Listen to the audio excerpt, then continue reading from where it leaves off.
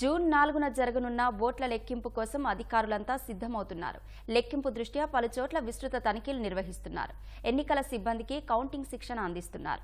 గ్రామాల్లో ఎలాంటి ఘర్షణలు జరగకుండా చూడాలని పోలీసులు రాజకీయ నాయకులకు సూచిస్తున్నారు.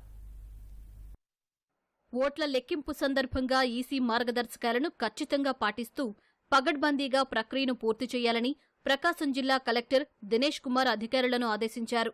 ఎన్నికల ఓట్ల లెక్కింపుపై రిటర్నింగ్ అధికారులకు ఒంగోలు కలెక్టరేట్లో రిటర్నింగ్ శిక్షణ కార్యక్రమం నిర్వహించారు. లెక్కింపు కేంద్రాల్లోకి సెల్ ఫోన్లు, ఇతర ఎలక్ట్రానిక్ పరికరాలకు అనుమతి లేదని స్పష్టం చేశారు. రాజకీయ పార్టీల నాయకులు కూడా ఈ కార్యక్రమంలో పాల్గొన్నారు. రిపోర్ట్ చేసినప్పుడు వాళ్ళు ఎట్లా రిపోర్ట్ చేస్తారు, same dry run we are going to do. దీనిలో ప్రాబ్లం ఏముంటుందంటే every person should be frisked before permitting them to get into this arena. So దానివల్ల ఫార్ ఏజెంట్స్ కి సెపరేట్ పార్కింగ్ లొకేషన్స్ ఇవ్వడం జరిగింది. సో పేస్ కాలేజ్ లో సగం మంది, ఇంకొక సగం మంది ఈ దర్గా which is towards another side. కర్నూలులో ఎన్నికల సిబ్బందికి కౌంటింగ్ కు సంబంధించిన శిక్షణ ఇచ్చారు.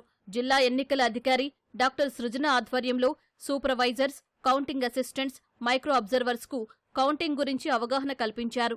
ఈ కార్యక్రమంలో జిల్లాలోని 7 నియోజకవర్గాల రిటర్నింగ్ అధికారులతో పాటు పాణ్యం రిటర్నింగ్ అధికారి కూడా పాల్గొన్నారు.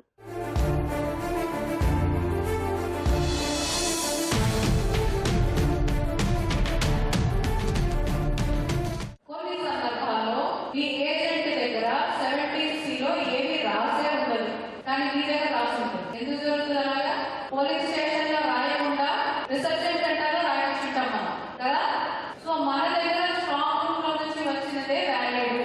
ఎవరైనా అడిగితే మీరు చెప్పాలి మన బికాస్ మనం చూసి రాపిస్తూ ఉంటుంటాం, వాళ్ళకి ఇచ్చుండకపోయిండొచ్చు. సో స్ట్రాంగ్ రూమ్ లోపల నుంచి వచ్చిన 17 CA వ్యాలిడ్.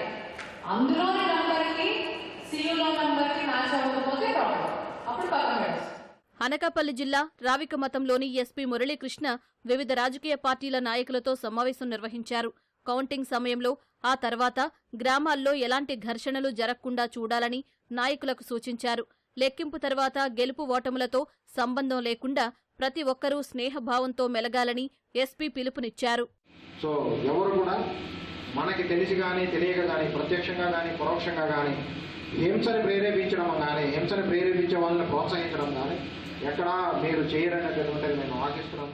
సార్వత్రిక ఎన్నికల ఫలితాల తేదీ సమీపిస్తున్న వేళ విజయవాడ శివారు జక్కంపూడి జేఎన్ఎన్యూఆర్ఎం కాలనీలో పోలీసులు విస్తృత తనిఖీలు నిర్వహించారు. నార్త్ జోన్ ఏసీపీ మురళీకృష్ణారెడ్డి పర్యవేక్షణలో సుమారు 100 మంది పోలీసులు 8 బృందాలుగా విడిపోయి కాలనీలోని 5 బ్లాకులను క్షుణ్ణంగా పరిశీలించారు. ఎలాంటి ధృవీకరణ పత్రాలు లేని ద్విచక్ర వాహనాలను సీజ్ చేశామని ఏసీపీ తెలిపారు.